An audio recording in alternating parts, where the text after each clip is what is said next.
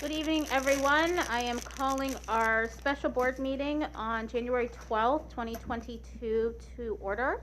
Please call the roll. President Adair. Present. Ms. Beckerly. Present. Mr. Brown. Mr. Cole. Here. Dr. Pierce. Present. Vice President Reyes. Here. Ms. Vera. Present. You have a quorum.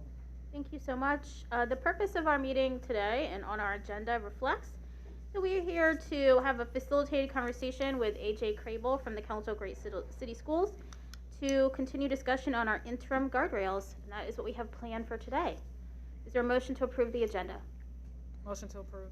Second. Thank you. President Adair. Yes? Oh, Sorry, it's okay. I was going to do it the other way, but go ahead. I'm sorry. I'm forced to have it. My bad. So I'm 2 for 2 on board meetings. Sorry. Ms. Beckerly. Yes. Mr. Cole. Yes. Dr. Pierce. Yes. Vice President Reyes. Yes. Ms. Vera. Yes. And that motion carried. All right, thank you. So I'm going to go ahead and turn it over to Dr. Dixon, her team, and AJ Crable with the Council of Great City Schools to lead us through discussion. Hi, AJ. Evening. Always great to be with you. Much of this is going to be the Dixon show and her team. But before we dive into that, I just want to tee up the conversation. So the board has already identified the community's vision, and you've codified that as a set of goals. You've identified the community's values and codified that as a set of guardrails. The next step in that process is that the administration has to interpret those and identify what are the ways that we're going to measure progress to ensure that these things are actually happening in reality. It's not enough for the board to say these things should be done. The board then needs to, every single month, come back and do some monitoring to make sure that the community's vision and values are being enacted in reality.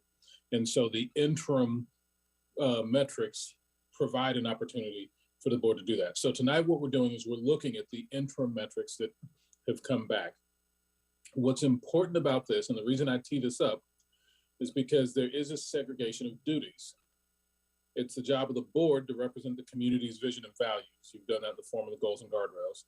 It's the job of the superintendent to then interpret those and come up with a set of interim metrics. So if you ever see an interim metric that is a board, you're like, this is so far disconnected from what we intended in this guardrail. Your access to action is not to change the interim metric. It's to clarify what you meant in the guardrail itself. And so the task this evening isn't to sit down and manage the interim metrics. It's to have a conversation and see, has the superintendent put forth a reasonable interpretation of our guardrails? And her interpretation because that's what you see in the interim metrics. And so the question is, has she interpreted this in a reasonable manner? Not in a manner that I 100% agree with, or that's what I would have done. That's not the standard. The standard isn't, do you love it? The standard is it a reasonable interpretation? And if it is, then my coaching to you would be to let it ride and not sit around and try to do perfection for the next 6 months, but then not actually get any work done. But instead, let's let it ride. And then as necessary down the road, we can come back and look at adjustments that we need to make.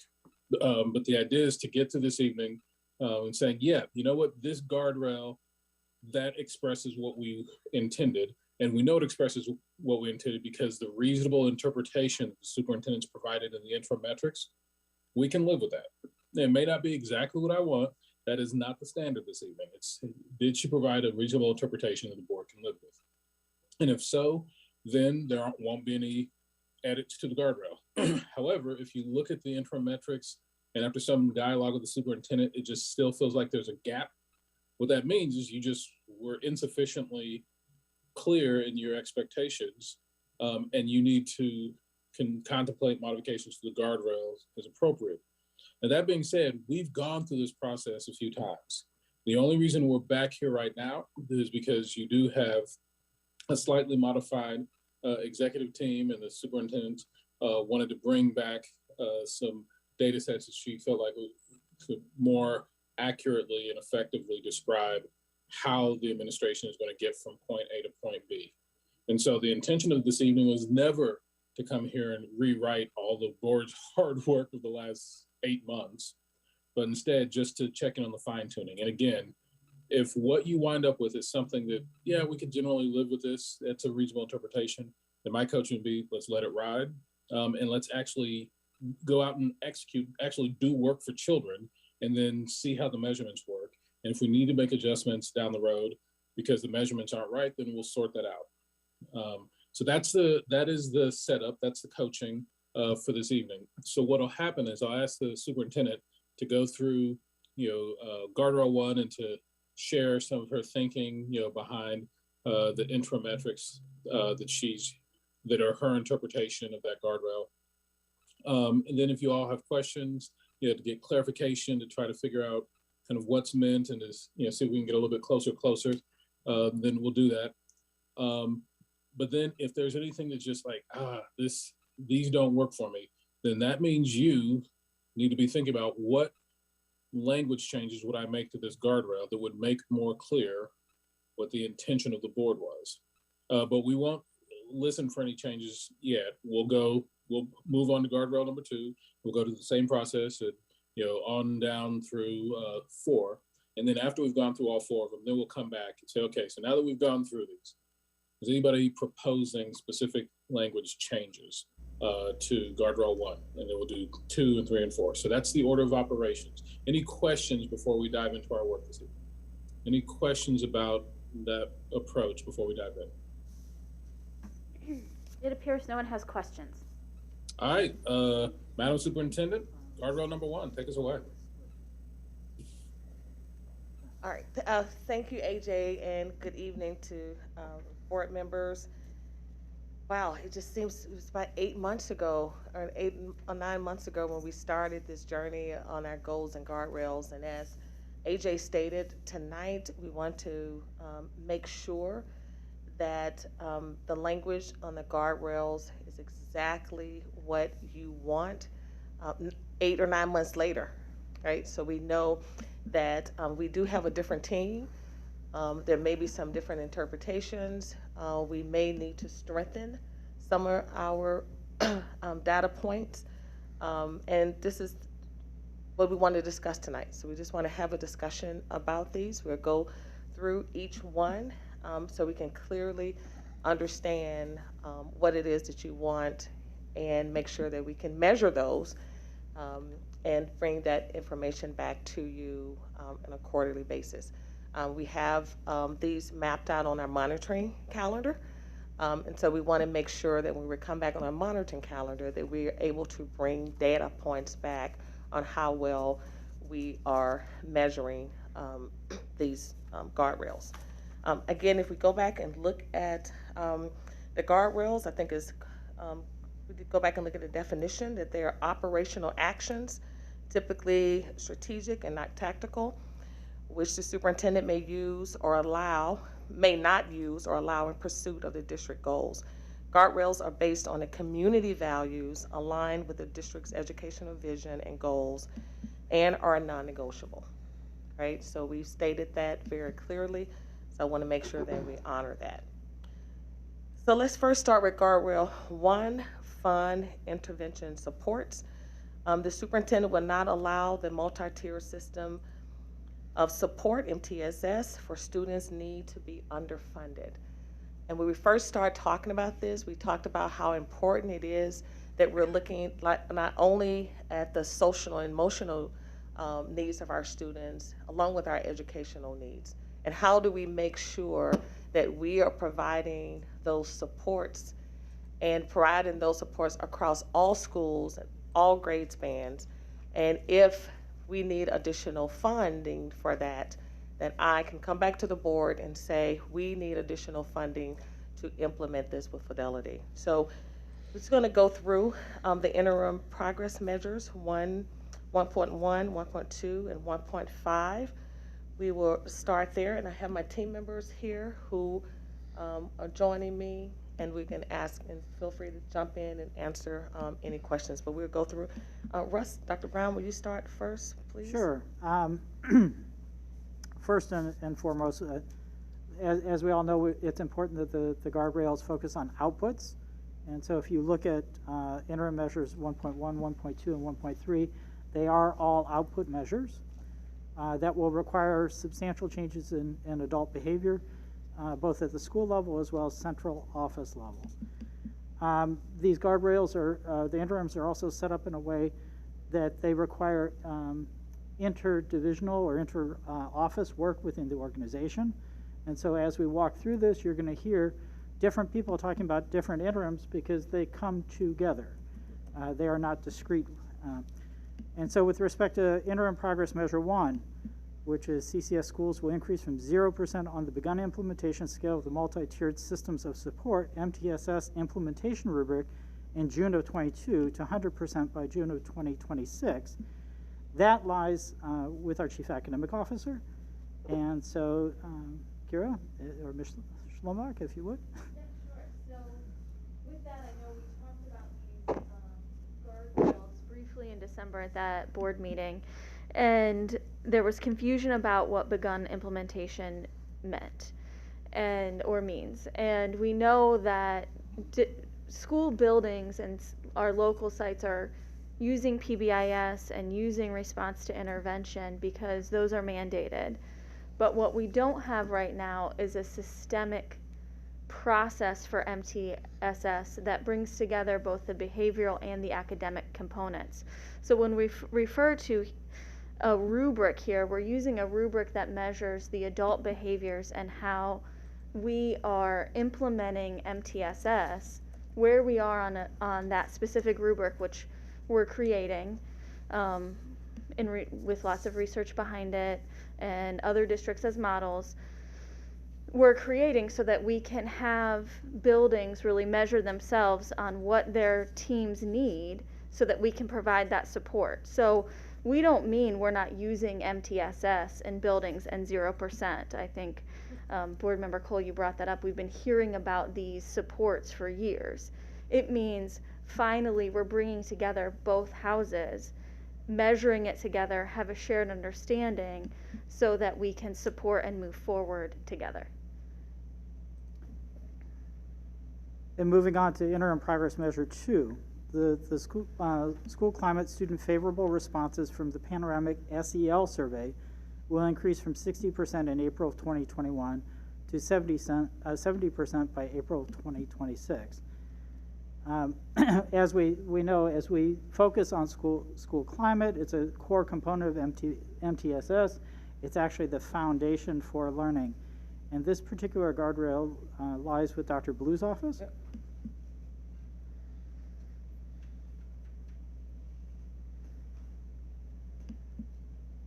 Yeah,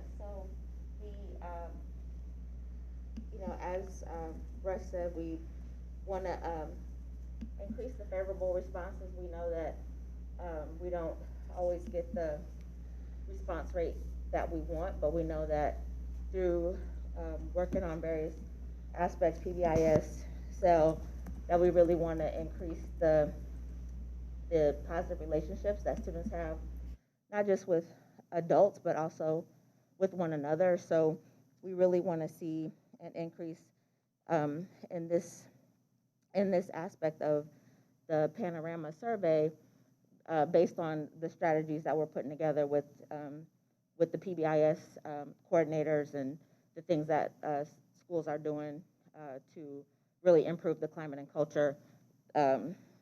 Equity fits into that, of course, and so really just hoping that schools are able to see, based on their specific panorama data, that they can say that these are the specific metrics that we know we want to improve on, and then they can kind of go back to those metrics as they implement specific strategies to see, are these strategies really impacting our data? So, the hope is that they'll really dig into that data to kind of marry their strategies with the outcomes that they want to see and be able to improve those.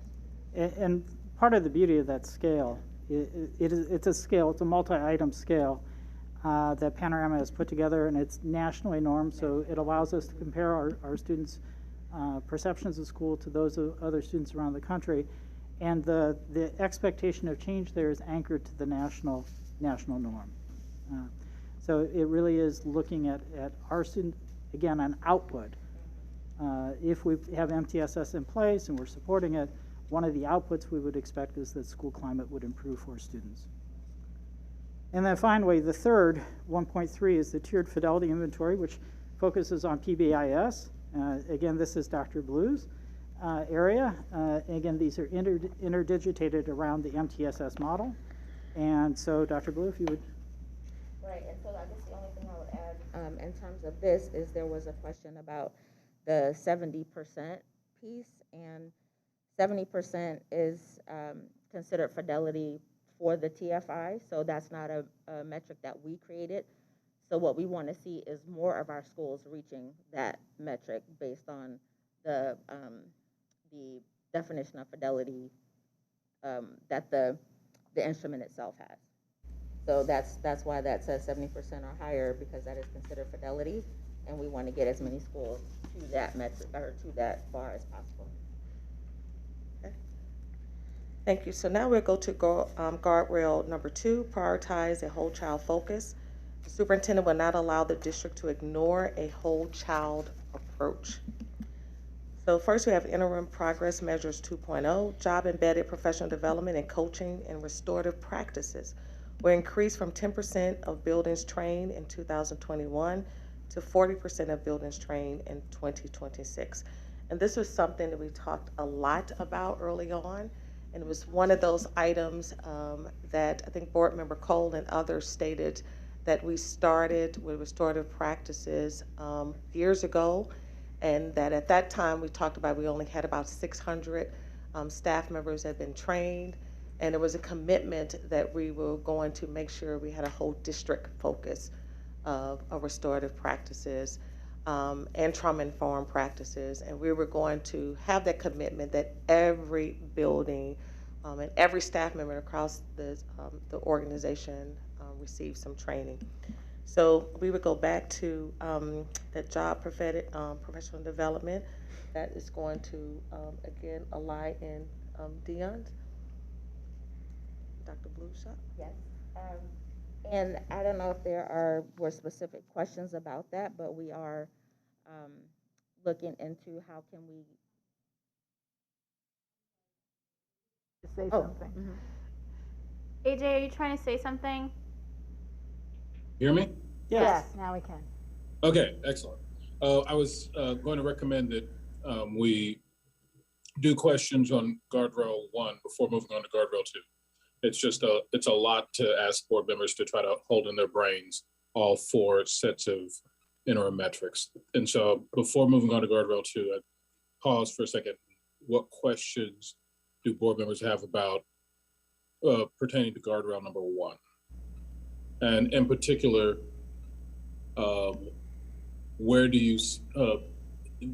where, if at all, do you perceive the interim progress measures to not be a reasonable interpretation of the board's guardrail? So if you meant this over here and the interim metrics are way over here, then this is your time to ask questions about that. But if they seem relatively close, like it's a reasonable interpretation, then I'd let it ride and let's move on. So checking in, are there questions about guardrail 1 because you have concerns that the interim measures are far away from what the board intended with guardrail 1? Board Member Beckerly. All right. You know,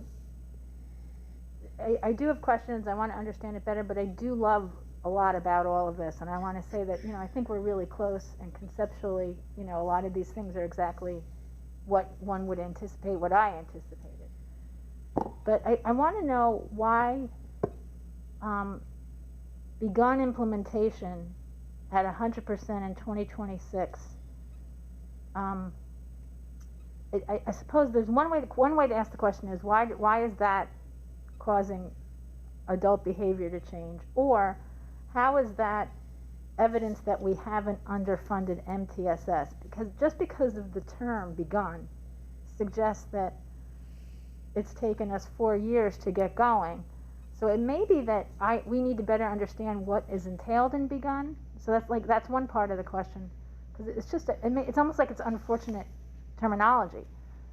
Then the other piece of it is I clicked on some of the things that in the answers you guys gave us, a sample rubric, and that had like emerging, it had different language, and I'm wondering why we're not using that language instead of this. And I'm sure there's a reason, but I just, and maybe, I know I'm asking 300,000 things, but I want to be able to say to the grocery store, to AJ's point, when somebody says, why are you happy with begun in 5 years from now? I want to be able to say, because begun really means blah, blah, blah. Yeah, thank you so much, Board Member Beckerly. I'm glad you looked at the sample rubric, because ours aligns very closely to that and what we're working on.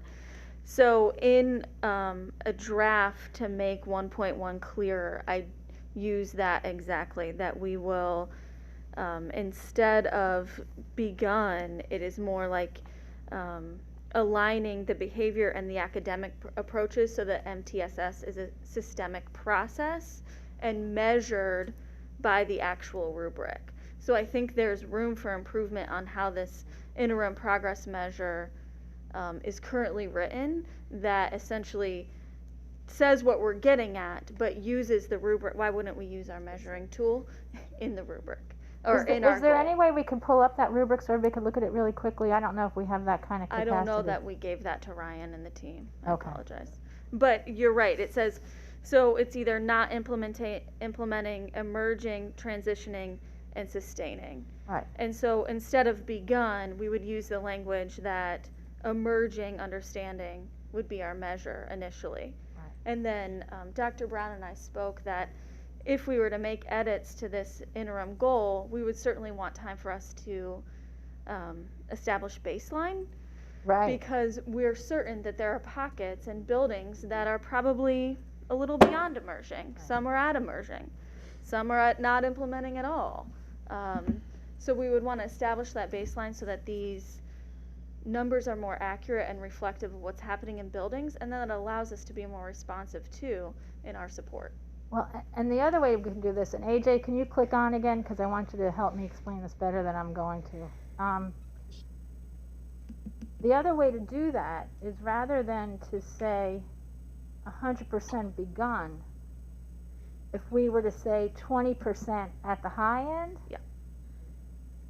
and then that would mean everybody has begun, and we've got 20%. And in a way, you're kind of giving credit to the people that are already kind of doing it up and running, the schools or the buildings. So can you explain that better, AJ, where you rather than talk about measuring your training or your implementation, measuring your output such that it assumes the implementation? Yeah, so and this is part of my comments to the administration, so none of this is particularly surprising to them, that I, highlighted for them that the way this is languaged, might leave board members curious as to how this is evidence that MTSS is being adequately funded. And so I think the most useful inquiry here is, administration, the burden is on you to articulate why taking 4 years for all of your schools to be at the begun level represents adequate funding for MTSS. So can someone explain why it is that, in your professional judgment, MTSS is adequately funded if it takes 4 years for all the schools to have gotten started? Is there somebody who wants to speak to that?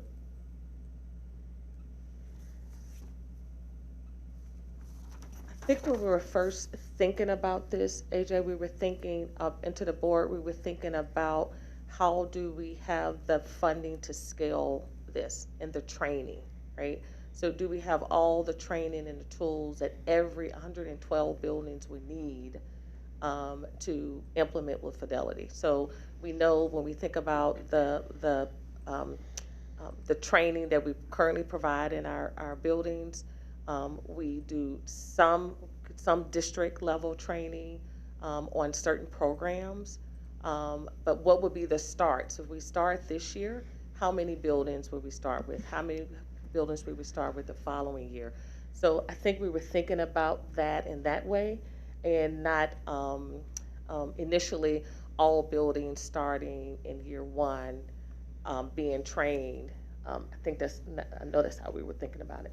That is, which is why once we settled on the rubric function, this language didn't represent adequately where we wanted to go. Because there are some buildings that are past the begun implementation and more in emerging understanding and transitioning. So I think if we're able to rewrite these and draft something different, that we can be much clearer on where we're going. Because in all honesty, central office hasn't used a rubric to bring together behavior, social, emotional, and academics and measure that and support that across the district.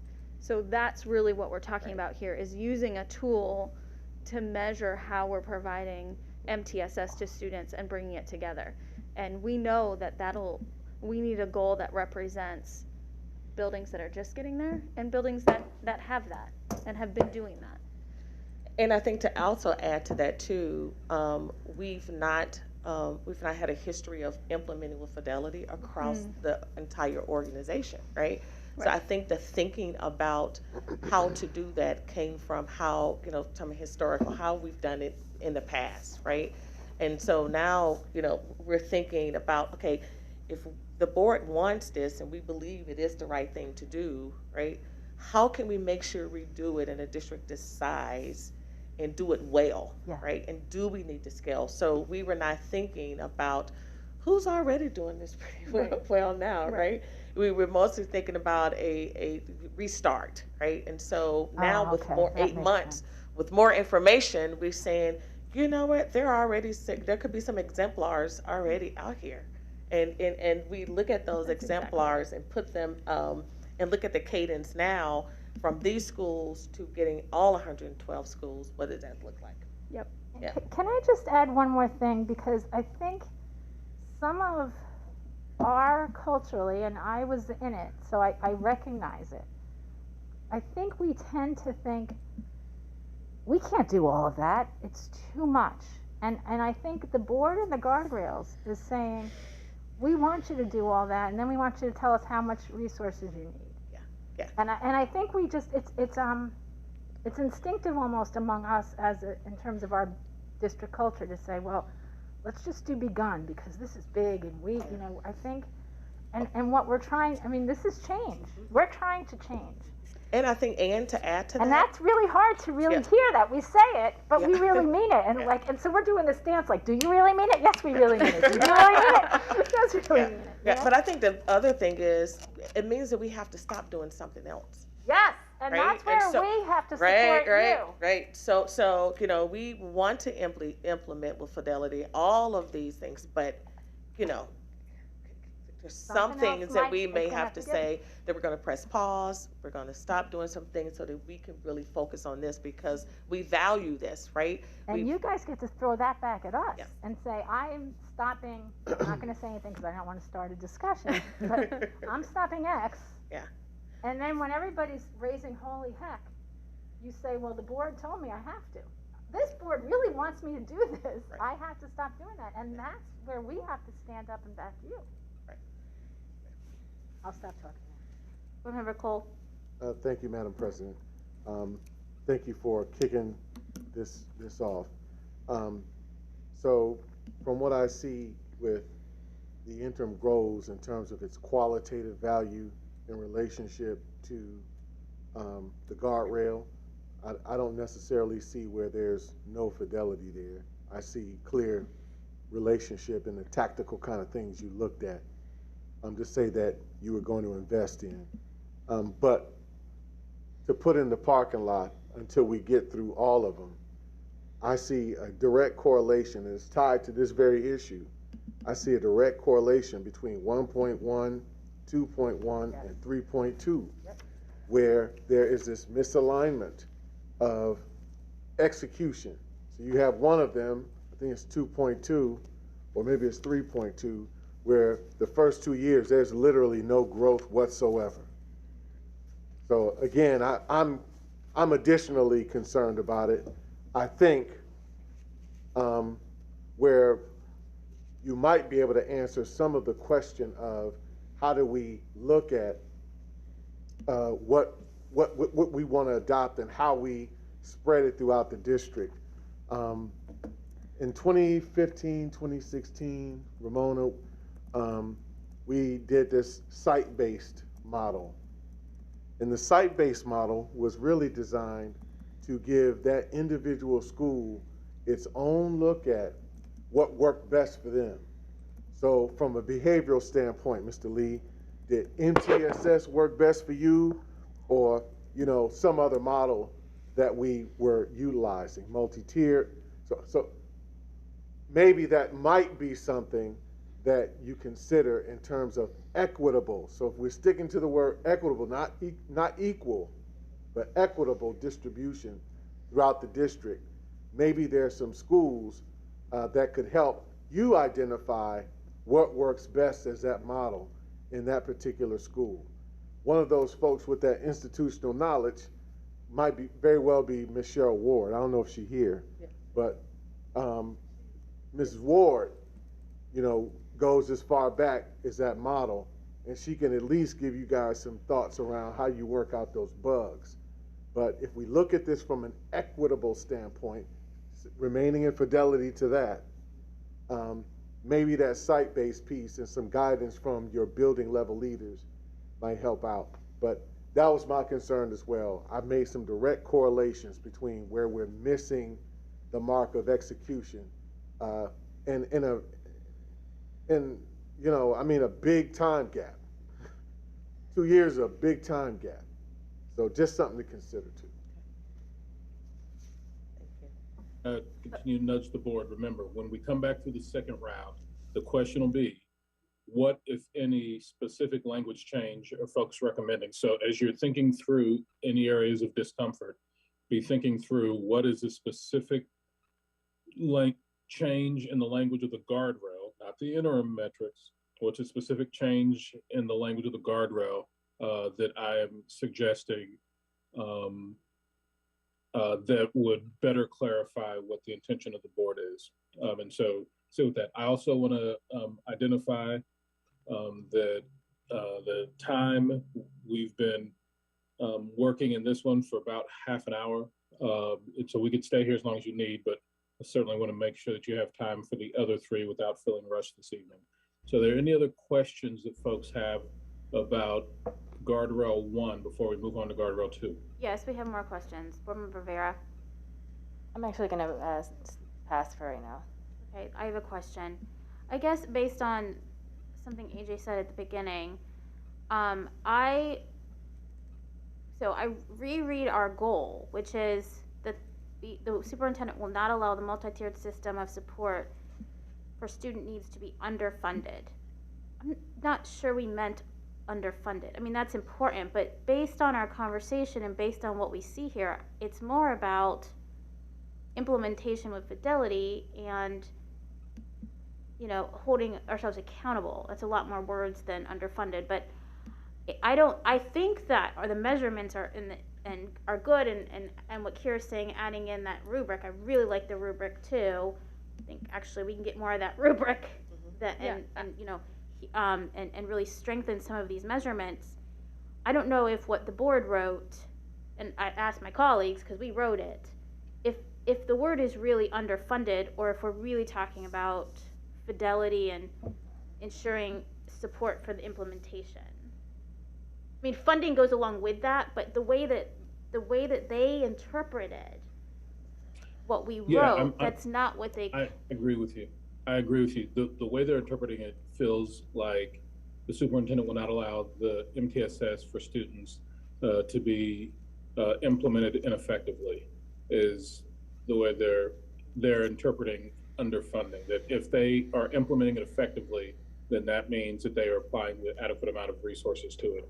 I think it's up to the board to decide, is that a reasonable interpretation for you all, or do you want to modify the language to clarify, to indicate effectiveness is what you're focusing at? Or do you want to push back on the administration and say, no, actually, we didn't mean effectiveness. We actually did mean underfunded, and we need metrics that reflect that? Kira. Yes. No, Kira.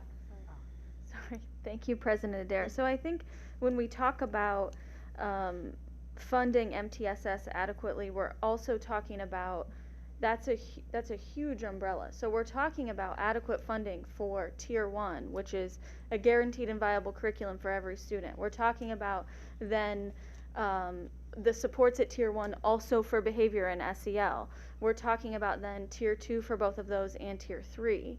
And to Board Member Cole's point, when we talk about growing where some buildings are doing it well, that's exactly what I was trying to say earlier, which is that if Dr. Brown and I have a chance to really use this rubric and then have buildings rate themselves, we can say that we can acknowledge that there are some buildings that don't need as much support as other buildings, so that we can provide the intervention truthfully, equitably to where it's needed most.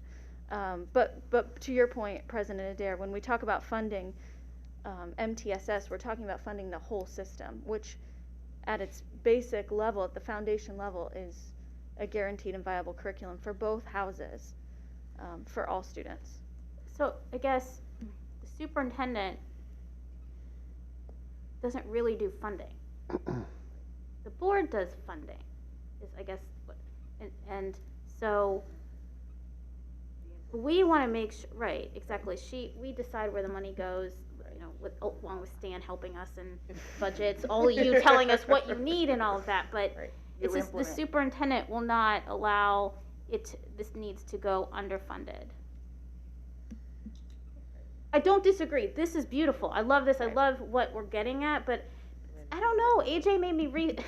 He said, do the interim progress measurements say what the guardrail is supposed to do? Or board, based on the interpretation of what your team just did, is that what you meant? So I'm asking the board, is that what we meant? Because personally, maybe you all don't, and if you don't, then I'll just let it go. I see a little bit of misalignment between what we wrote and the interpretation. I like the interpretation very much.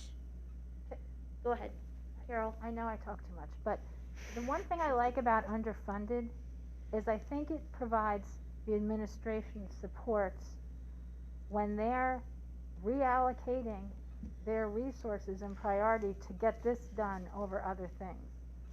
Because I think that really empowers them to defend, because there has to be a juggling of priorities and a realignment of what we focus on versus what we don't focus on. And those are going to be the tough decisions. And if the administration and Talisa can point to this guardrail and say, my hands are tied, I'm doing what the board told me to do, I have to make sure I'm funding this adequately to achieve these interims.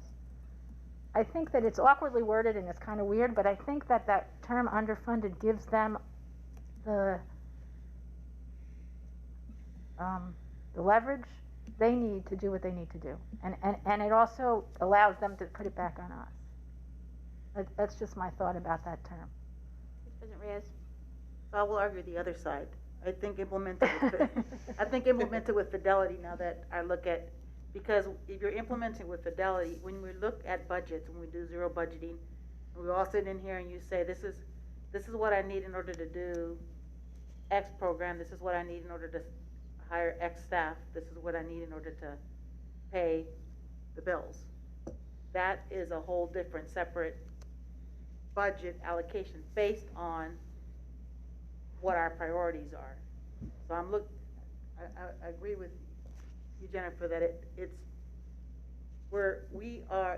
you are interpreting, or you are implementing this guardrail or preventing us from going array is not, and then in order to fulfill what that means, which is implement with fidelity, then you have to make sure it's funded. We have to make sure it's funded. You say, you told me, this is what we agreed on. Therefore, when we create the budget, you're going to see line items 10, 20, and 30 that say guardrail 1. I'm just making that up. So that's, when I'm looking at a budget, that's what's coming up on my mind.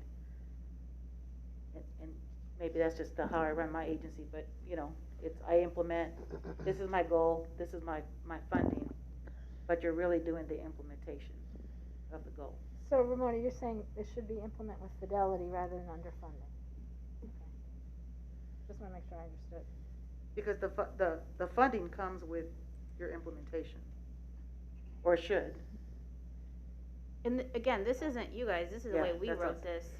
I think what Correct. you all are saying is on Good. point, but that's what I'm saying, I don't want to feel like misalignment, like when you come in and do presentations, and you show us all this data and we're measuring it, but then, you know, the guardrail was not to be underfunded. I'm not sure how any of these actually show, I mean, I hear you, Kara, what you're saying in the big thing, but how are we interpreting the word underfunded? I'm not sure Because then you're presenting us Yeah.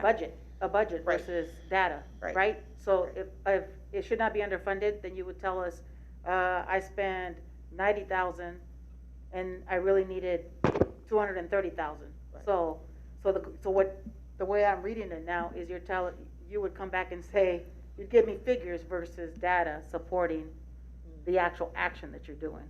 At least that's the way I'm reading it now that. it's But kinda we being have highlighted. the measurements here. Okay, I don't, AJ wants to help us for a second. No, I think you all have surfaced all of the issues.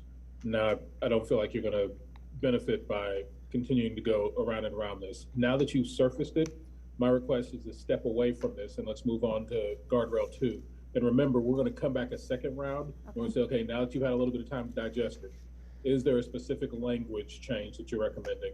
And then at that time, we'll test to see if the will of the board is to make a language change. And so I think you all have surfaced the issues sufficiently on guardrail 1. I'd encourage just to move on to guardrail 2 and go through the same process again. Guardrail 2. Yeah, so thank you. So guardrail 2, prioritize a whole child focus.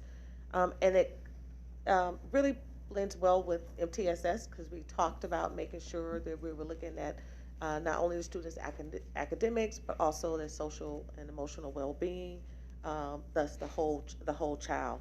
And the superintendent will not allow the district to ignore a whole child approach. And so for our interim progress measures, we talked about job-embedded professional development and coaching and restorative practices will increase from 10% of building trained in 2021 to 40% of buildings trained in 2026. Interim progress measure 2.2, supportive relationships responses from the Panorama SEL survey will increase from 80% in April 2021 to 85% in April 2026. And the third, 2.3, the tiered fidelity inventory score for tier 2 will increase from 25% of schools scoring 70% or higher in 2021 to 70% of schools scoring 70% or higher by June 2026. So all of these, the whole child focus resides in Dr. Blue's.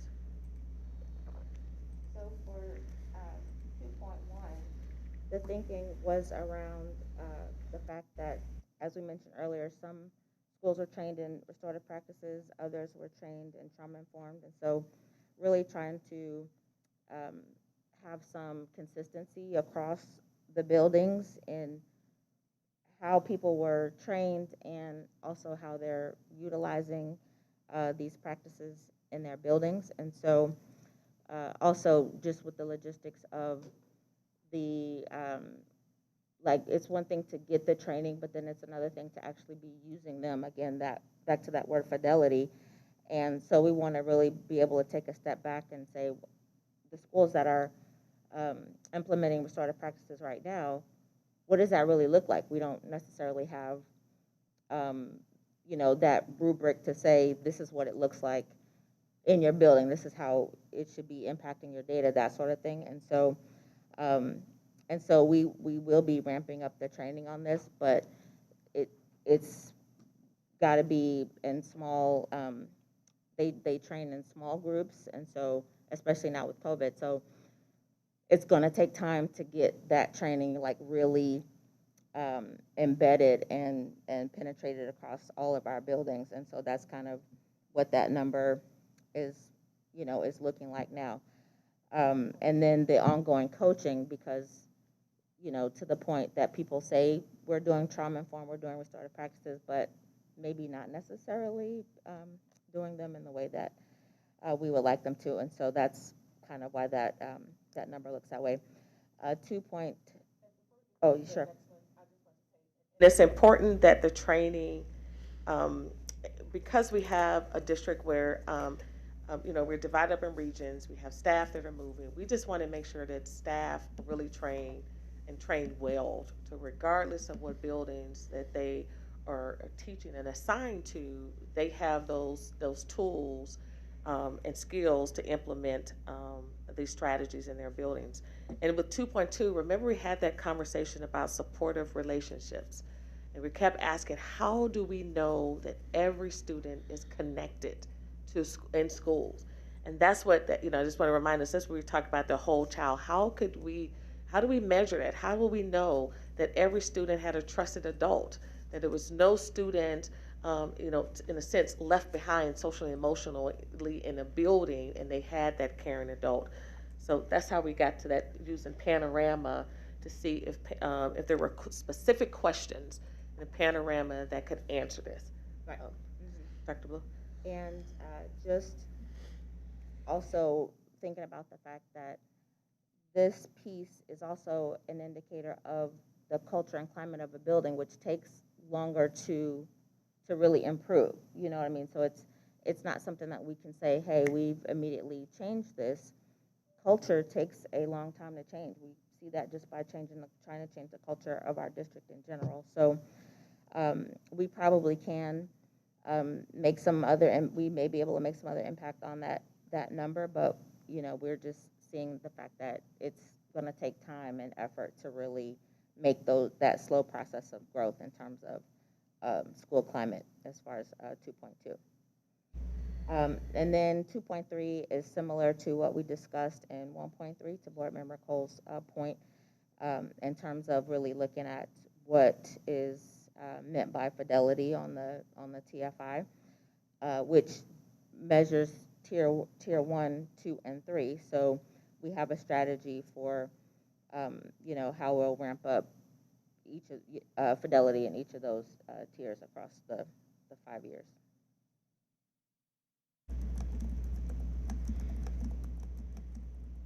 That's it for Questions, Board Member Cole? Thank you, Madam President. So this is an interpretation challenge for me. So when I read guardrail, and when I agree to this, you know, the prioritization of the whole child is a focus. My thought around that was not just culture and climate within our buildings. It was also the extraneous wraparound supports that we would identify, develop, you know, functional partnerships with that are sustainable, and then thus provide those additional services that not only support our children, but their families. That was my thought to this.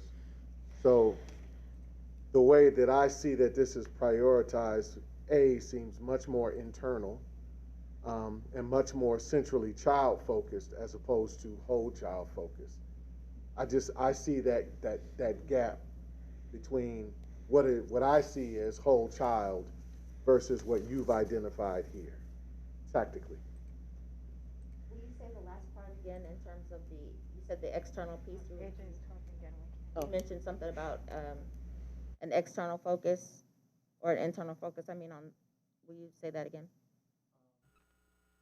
With the paradigm of the whole child, to me, represents not only a focus on what we do in terms of our lines of operations, feeding, educating, and transporting children, but also providing those supports to their family.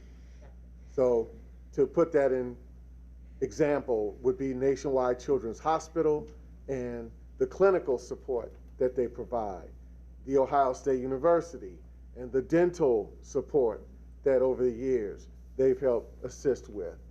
I'm thinking of those things that not only become beneficial to the child, but also beneficial to that child's family.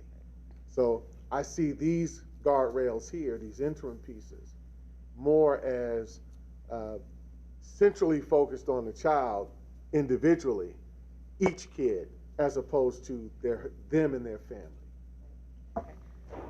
I just see an interpretation issue. Yeah, so for this particular item, it sounds like the key factor here is whole child approach. So anytime the board uses a phrase like this and does not define it, then you are completely delegated to the superintendent the authority to define it. And so clearly the superintendent has done that here. So compared to the guardrail one, where I think you could make questions around what was the quality of interpretation on the part of the administration. Here, I think this is clear cut. This is a board issue, that if you all have something more specific in mind when you think of whole child, then you probably are going to want to modify the language of this guardrail to be more explicit. So if you're comfortable with the superintendent interpreting it, then leave it alone, and now you have a sense of what you're going to get from a superintendent interpretation. But if you're not comfortable with the superintendent interpreting it, then don't leave it to the superintendent's interpretation. And so when we come back for the second round and I ask, okay, who has any recommendations for changes of language to guardrail 2, that will be your time to say, okay, instead of saying this, it really needs to say this more specific thing to capture. Because I think I would argue that these 3 interims are definitely a reasonable interpretation of the term whole child approach. So your problem, the problem that you surface, isn't that she didn't interpret it in a reasonable way. It's that you meant something more specific. And so just be prepared, use this time to think through what is that more specific language that I would want the board to consider, and then we'll see where the board stands on it. Madam President, you said that there was a definition. Yeah, this is actually from the Ohio Department of Education. It comes from the whole child, the whole child framework, a collaborative approach to learning and wellness we talked about. So everything Michael said is in there. It's a very, very big framework. And so, perhaps strategically the administration chose to narrow in on something, but it is part of the Each Child Our Future strategic plan for ODE. And it's the whole child framework. And I think, Madam, we discussed it when Mrs. Ward has something too. You have to come over here because they stole the mic. Good evening. Whoa. President Adair and Board Member Cole. I just wanted to clarify, when we talk about Tier 2 and the TFI, the purpose of the TFI is to identify those supports. So at the Tier 2 level, when we recognize that young people are still struggling behaviorally, we begin to identify what those supports are. So those could be external supports, like you mentioned, Board Member Cole, around Nationwide Children. It could also be Columbus Public Health. It could also be Columbus Recs and Parks and an after-school activity. And so the tiered Fidelity, although it sounds simplistic, has several sections where buildings are responsible for saying, what is my process? How do teachers know behaviorally, academically, to Kira's point, when a young person needs additional layers of support? And in a building or at a district level, what are those supports? And so the process of identifying very clearly, so teachers and other support staff don't have to fumble when a young person is struggling or needing that additional support. So yes, Tier 2 supports specifically look at what are some smaller, more targeted supports internally within our buildings with our support staff, as well as external. Tier 3, more intense, more depth, maybe those individual counseling sessions, so our mental health providers. But mental health providers don't just necessarily do one-on-one interventions, but they may have groups. So the idea to President Adair's point, is how do we take an instrument that we know goes deep and goes wide to be able to support our students? So in essence, the higher the score, the higher what? What's the correlation between the higher score? At a tier 2, so the score says, when a building scores 70% or higher, that building at that tier is implementing with Fidelity. So tier 1 are those prevention levels. We have expectations. Kids know the structure of the buildings. Kids feel welcome in the buildings. We have standard things that they know. Maybe it's greeting in the morning. Maybe it's a brain breaks that we incorporate as a whole building that creates that break and that regulation for a student. So when those are created and we're scoring it with Fidelity, then you should see increased positive climate and culture. At tier 2, what that means is that we have a system in place that helps if a young person needs more services, we know where to go.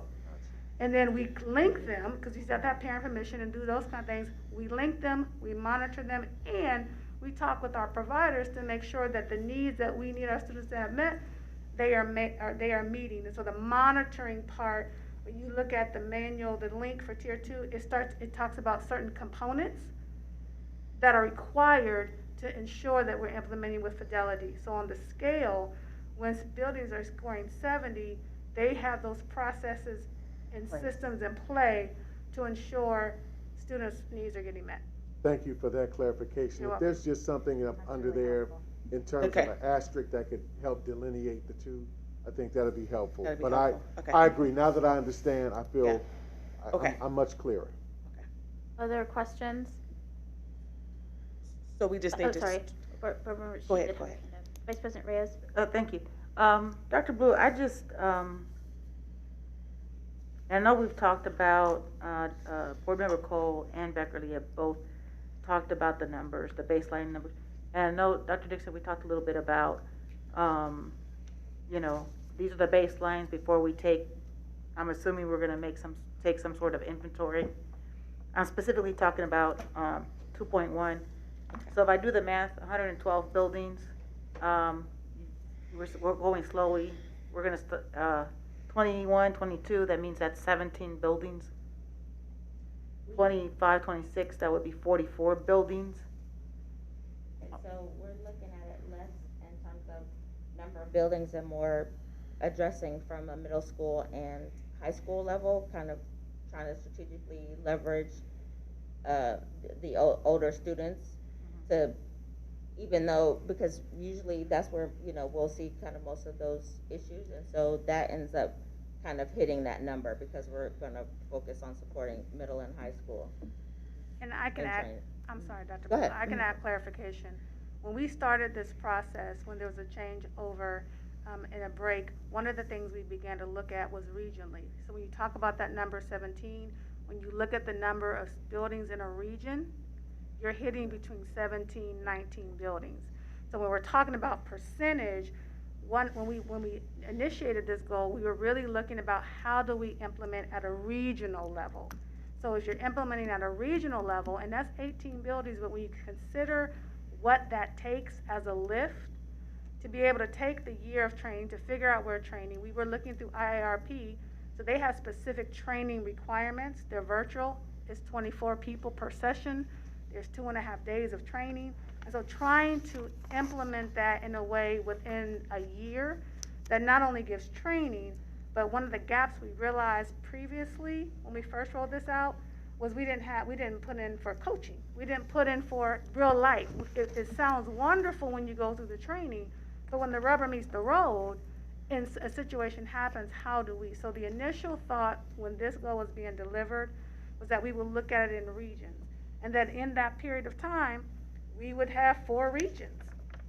For us, we thought that was quite a feat considering, and then continue to build on that because you have training, coaching, sustaining, becoming a part of your culture, and then continuing to grow and expand. So the original rationale for that number was based on a region model.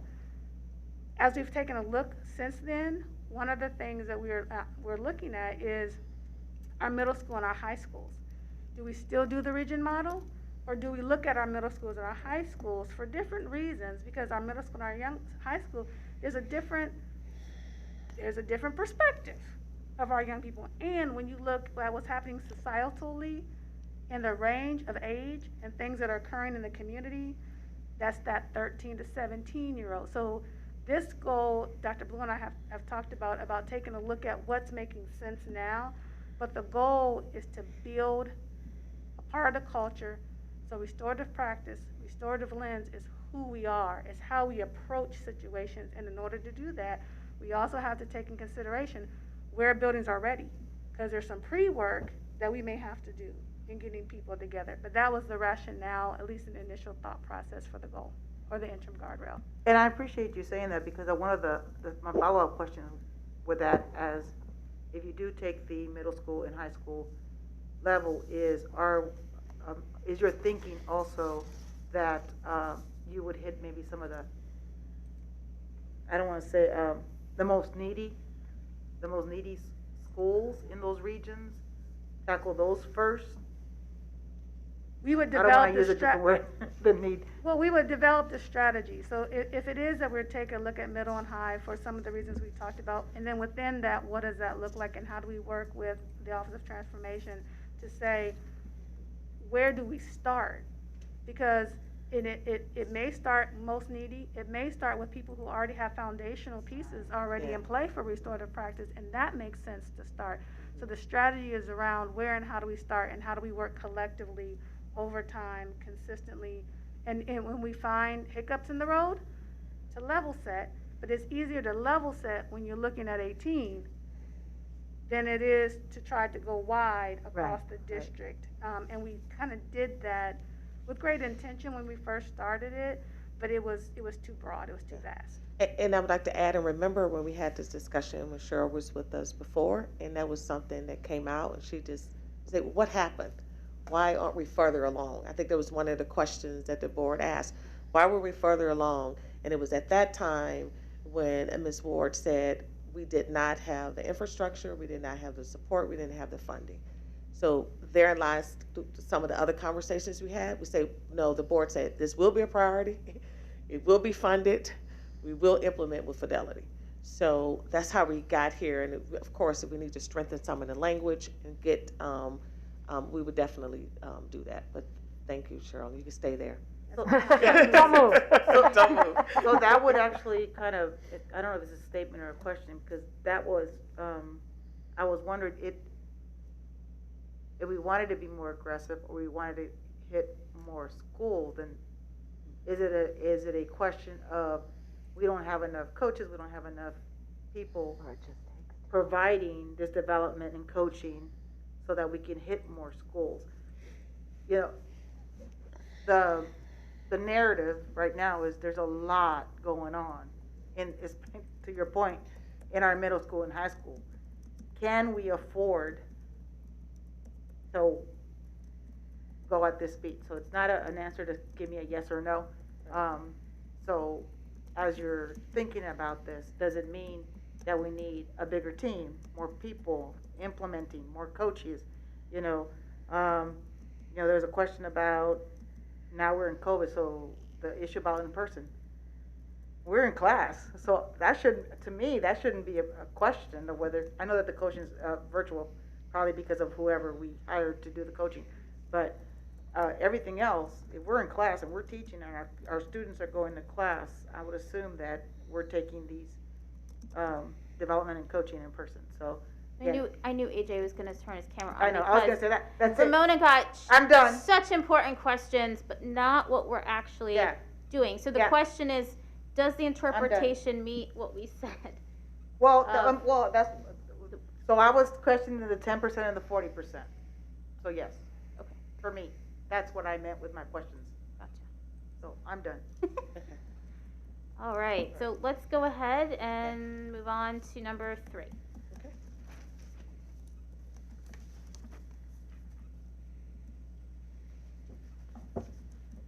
Sure.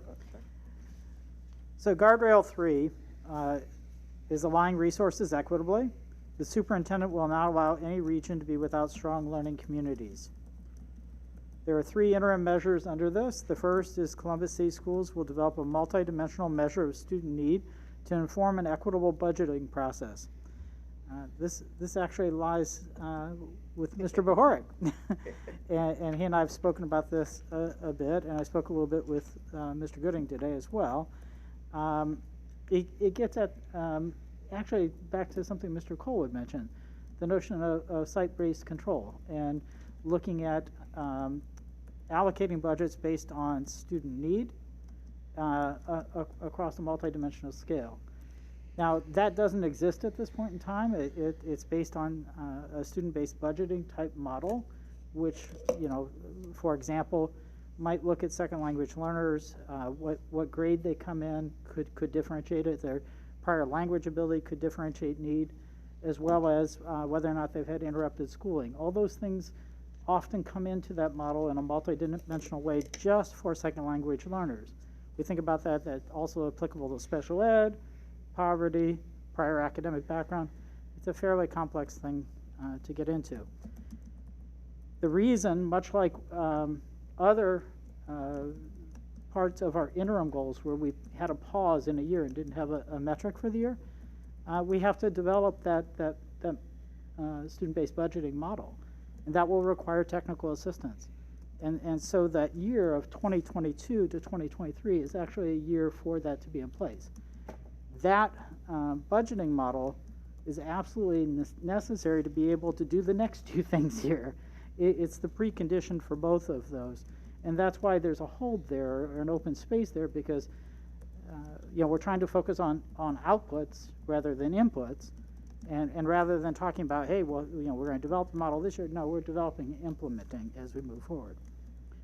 The second of these is the percentage of personnel allocated to leadership roles based on a district-developed internal metrics for educator effectiveness will increase from 0% of May of 21 to 30% in May of 2026. Again, anchored to student need, anchored to student performance, and will be anchored, again, part of that process with our third party. And Dr. Blue is aware of this because all of the above supports equitable funding, equitable resource allocation, and equitable staffing across the organization. Again, focuses on those outputs that are necessary for all our regions in each of our buildings to have the resources they need in order to be able to move forward. And finally, the third, 3.3, Columbus City Schools will increase from 0% in June of 2021 in the project of creating, implementing, and normalizing school-based comprehensive staffing model to 100% by June of 2026. Again, the precondition necessary for that is to have worked out your student-based weighting and then allocating of staff based on weighting and also enrollment and enrollment projection. Questions, guardrail 3 on interpretation of what we've written to what we see in the measurements. Dr. Pierce. So my question relates to the responses that we received from administration in regards to the metrics being developed for each one of these guardrails. And the question is specifically, given that these measures are being developed, could an appendix be included with these guardrails to indicate a firm deadline or timeline on when we can expect those metrics to be developed, and at least the board informed of what they are if we do not get the opportunity to thoroughly vet them, that we at least be informed of what those metrics are. So that's the question. Oh, yeah, absolutely. Yes. Yes. That's an easy one. Board Member Beckerly. I guess I'd rather we were focusing on outputs and not inputs. And it seems to me that if we're trying to make sure we have strong learning communities, we need to have these percentages in those. I mean, I understand why we can't do it right away because we have to develop the tool or the metric, or what's it called, the multidimensional measure. And I think that makes good sense. And you're going to figure out a way to budget it based on equity. All really good. But it seems to me that if we want to not allow any region to be without learning communities, we need to be not talking about, unless maybe this is what you mean, that by 50% of the budgeting process will be based on this model, and then by 2026, 100% will be based on the model. Is that what this means? Yeah, it's an implementation of the budgeting model. Okay, which would impact every school in the system. but, okay, so then, I would say, rather than develop, I'm not supposed to edit the interim, but it should be implement a multi-dimensional, see what I mean? And then these percentages are referring to implementation, not developing the model itself. I like that, okay, good. And then I would guess it's probably the same thing for the 3.2, because I read it as the metric. We're measuring how we're developing the metric rather than implementing it. Maybe I misread that. Based on district developed internal metrics. No, never mind. That's not, that reads fine the way it is. So these are great. I love them because I'm a strategic planner and I love tools of measurement. Is there anything, though, in the meantime, as you are developing, that the board could measure, even if it's other baby steps towards getting here? Is there some other thing? You know, because it's kind of like this stuff is so important. I love that we're developing it. We're doing it in a very strategic lens. And so in year 2023, 24, it's going to be amazing. But then I kind of feel like we're hanging out in the next couple of years. Yeah. And part of this is because we, you know, this that the regional strategy. So maybe there's a way. And maybe there's just something, because otherwise, what do we talk about when we ask you about guardrail 3? Right. Like, to kind of Dr. Pierce's point, like, do you just say, oh, we're still working on it? Right. I mean, okay. I don't know. So that's maybe something to think about, because we don't get to really talk to you about anything for the next couple of years. Or maybe we just get updates on the process of the development. Well, whatever it is, I don't know. But then that needs to be like something. Concretely stated. Concrete, yeah. Okay. Dr. Pierce's argument. Yeah, agreed.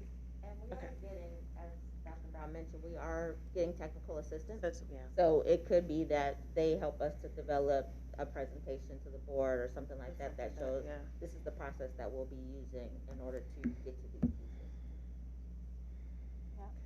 Supervisor Vera? So yeah, it's something almost like a flow chart, because we talk about implementation. I've heard that quite a bit in all of the guardrails. But will we have something where we'll be able to see, you know, what does that implementation look like, and what is the personnel needs, and what is the funding needs, so that, you know, we're kind of thinking futuristically about what is this going to look like, and what do we need to start preparing for, you know, because 2024, I mean, that'll be here tomorrow, right? So just being able to have some kind of flow chart as to, okay, these are our guardrails, this is the personnel, this is what we're thinking budget-wise, just so, and I'm sure Stan will, we've been talking a lot about budgets, but wanting to start thinking futuristically about how is all of this going to happen in terms of just something that we can visually see in some step-by-step like flow chart of some sort, I think would be really helpful. If it would be acceptable to the board, I think Dr. Pierce's recommendation in terms of sort of the project plan and articulation of that over time as we're moving there. Because to your point, Ms. Vera, this is a major paradigm shift in terms of how to fund. Right. And it will be a heavy cultural lift for this organization to do this. And talking about that over time and how we're implementing. I know we're not supposed to look at inputs, but that will, I think, help the board understand the progression towards those outputs. Absolutely. Yeah, thank you. And I know Superintendent mentioned earlier kind of the planning process. You were thinking, like, could we afford it? Talking about the budget pieces. And I guess I'm even curious to see, like, how did we come to yes or no? Like, what are we gauging as to what kind of number we're gonna need for this heavy lifting? Because I know you said that was the initial process of what you were looking at. How can we afford it? But I know when we talked about futuristic funding based on some of the numbers I've seen, we have some things to be looking at presently without any of what we're talking about today is not even in those projections just yet, including personnel. And I know that's going to be a big piece that we're still trying to gauge, like how many personnel do we presently have and how many more do we need? And you know, how do we start planning for that? Yeah. And that goes back to your point, that purposeful budgeting, right? And then how do we, what are the things that we're going to prioritize and what are the things that we're going to stop doing? Because, you know, we want the whole pie, we want everything, and we know in order for us to be very strategic and say that this board is going to focus on these things, these are going to be our priorities. Not saying that, you know, those other things that don't matter, and we may find other ways to fund those, but these are our priorities, and we're going to prioritize funding for those. And it's just a tidbit, you know, when we do professional development in our district, there are professional development dollars that we utilize for professional development, but is it enough to do what we're talking about? And I would say, no, it's not. So it will be, you know, me coming back to the board and saying that we would need additional funding on some of these strategies. And it could be funding from personnel, you know, not necessarily materials. It could be technical assistance, whatever those things that we believe that will be that we would need to make sure that we're implementing these various strategies with Fidelity, and we have the funding and the staff, not the funding, but the staff that we need to do it. And it goes back to something we talked about earlier when we talked about the restorative practices, et cetera. You know, what does that look like when we implement throughout the whole district? Do we need additional staff members to do it? The training that Ms. Ward spoke to, you know, is that training? We know we have current a select number of professional development days in the school year. You know, do we need additional time for staff away from the classroom in order to do those professional development? So that's training, rather. So there's a lot of things that we have to consider, and we'll be bringing that information back if we need additional budgets. Dr. Pierce, did you have your hand up? I did. So I just want to clarify, because we're talking about two really big issues, and I want to make sure that our steps for moving forward are just clarified and solidified and very clear. So I think, and I appreciate Dr. Brown noting that we do need to pay attention to the process for how we're carrying this plan out and the timeline. But also, I want us to make sure that we're focusing on defining what those metrics are and delivering those metrics to the board so that we can vet them. So those were the two things. And then I think with this last comment related to the superintendent indicating that we need more dollars for professional development, I think that's so big, and I guess I want to echo what Board Member Beckerly is saying in terms of making sure that we're beginning to look at the outcomes, right? Because there are some organization, agencies, external vendors that are very focused on making a solid outcome and impact that their professional development costs may be lower than some of these other organizations that may be more focused on capturing those dollars and not so much focused on the outcome. And so I guess in regards to the cost, we're being very focused on making sure that we're not underfunding, making sure that we're not underspending, making sure that we are equitably financing what needs to be done within this district. But I don't want us to lose the fact that in many instances, while cost is important, it's the outcome that we're looking for, right? And so I just want to make sure that we're highlighting that. Oh, yes, absolutely. Yeah. Member Cole? I think our parking lot is. Okay, that's great, because I think AJ's going to turn his camera on and tell us we need to move on to number 4. So number 4, ensure a culturally responsive staff. The superintendent would not allow the staff to be culturally non-responsive. So we have our 3 measures here, interim measures. 4.1, the percentage of Columbus City School staff who complete the equity and inclusion diagnostic survey instrument will increase from 0% in May 2021 to 60% in May 2026. Second, 4.2, the percentage of Columbus City School staff with access to curated professional development modules on cultural responsivity that are relevant to their job will increase from 0% in May 2021 to 100% in May 2023. And 4.3, the percentage of Columbus City School staff utilizing curated professional development modules that are relevant to their job category will increase from 0% in May 2022 to 75% by May 2026. And Dr. Blue and her team is leading guardrail number 4. So, Dr. Blue?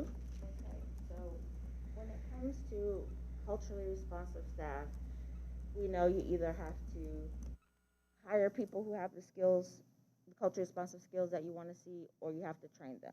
So between those two pieces, that it also kind of connects into guardrail 3 in terms of comprehensive staffing and really outlining what is an what is a culturally responsive staff member really look like. And so we really have to define what that is to one of the points that Dr. Pierce made earlier. So the idea on this guardrail is primarily about professional development, but it also connects to guardrail 3, which is already been outlined in terms of those two pieces of the pie in terms of becoming culturally responsive.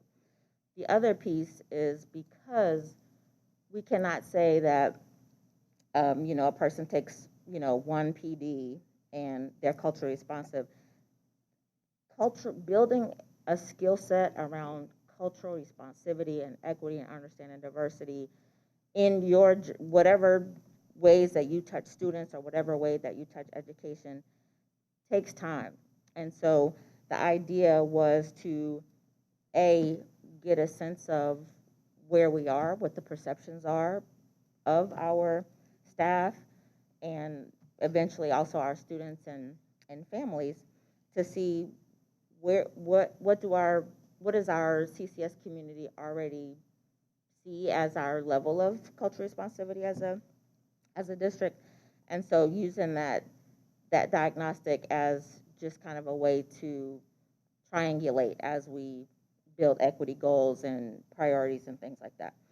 And understanding the fact that it's also difficult to sometimes get a high response rate on surveys, and we have several surveys out there that we've been doing across the year as a department, Panorama, et cetera, and really seeing that our response rates are not as high as we want them to be sometimes. And so that's kind of why that number is what it is, to build the relationship and trust of our department with our staff, for them to want to fill out a survey that can sometimes have questions that may make them a bit uncomfortable. We did get calls from folks saying, how do we know that this is really and truly anonymous, things like that. So we know that we have to build that capital with folks in order to really increase the numbers on the survey, which will give us back information that we need to help to do our work. Looking at 2 and 3, there probably are some adjustments that we would want to make to those, to the points that you all have made about output and impact outcomes, because we are building a menu of professional development modules so that we can say foundationally, every CCS employee must take X, Y, and Z, module. Right now, our system is not necessarily set up to mandate that of people. So that is something that we would have to come back to the board and say, hey, we built this beautiful PD. No one's taking it because they don't have to, and I can't make them. And so how do we get to that point of really of having, removing whatever barriers that we may have right now to help us to get more participation as we go in terms of those professional development models. But the idea of the modules themselves is to have this kind of individualized learning path that people can take depending on how they touch students. If it might be more behavior, it might be things that are culturally responsive teaching practices, other kind of areas related to diversity, equity, inclusion, to help people grow that skill set for themselves and begin to really use that. So understanding that the parts that we can control within our department are the creation of it, but the parts that we would need support from in terms of the board is really around the systemic barriers that may now exist to keep us from being able to have that sort of not just participation in terms of using them, but really to the point that Ms. Ward made earlier, it's really about also the ongoing process, the coaching. It's not just we took this and now we're done. And we know that, you know, we love a checklist, but it's really deeper than that. So we know that it's going to take time to really build that skill set and take time to define what it looks like as we are onboarding and hiring new employees. So that's kind of the thought process around why it's written the way it is, but we can also obviously make adjustments that more so speak to the impact. And just before we get into questions, just as another reminder, the term culturally responsive is another term that's defined by ODE. So if you aren't familiar with that, we can make sure you have it. But we discussed that when we picked it. So, Dr. Pierce and then Board Member Beckerly. So thank you so much, Dr. Blue, for your explanation of how we're moving through this point and how we got to this point. I just want to give the team a kudos on that. I had the great opportunity to listen to Dr. Hill's, Sean Harper's talk this evening about critical race theory in our schools and really helping to refine and clarify that conversation that's happening in our communities and in the public to help people understand that we cannot have this checklist when it comes to our educators becoming culturally responsive educators, that we really have to create and tailor these individualized programs and tracks that they can actually engage in a lifelong learning journey to get them to the point where they're understanding cultures and diversities. And so thank you for acknowledging that within this particular guardrail and staying relevant with not just what we need within the district, but also with the national context that's taken place. So I appreciate that. Thank you. Okay. Thank you, Dr. Pierce. Let's stay focused on, though, does this interpret what we wrote? That was very important comments, though, Dr. Pierce. So I guess to be clear and to stay in focus with that, yes, that aligns with what was interpreted. It aligns with what's happening on the national scene. I'm very appreciative of the work that you've done in that area. Board Member Beckerly. I really appreciated your discussion of the plan because that was really helpful. The one thing I would say is, is there a way to measure whether a particular staff member is culturally responsive? Because I think clearly you have to do this diagnostic survey. That has to happen, I'm sure, for you to do your work.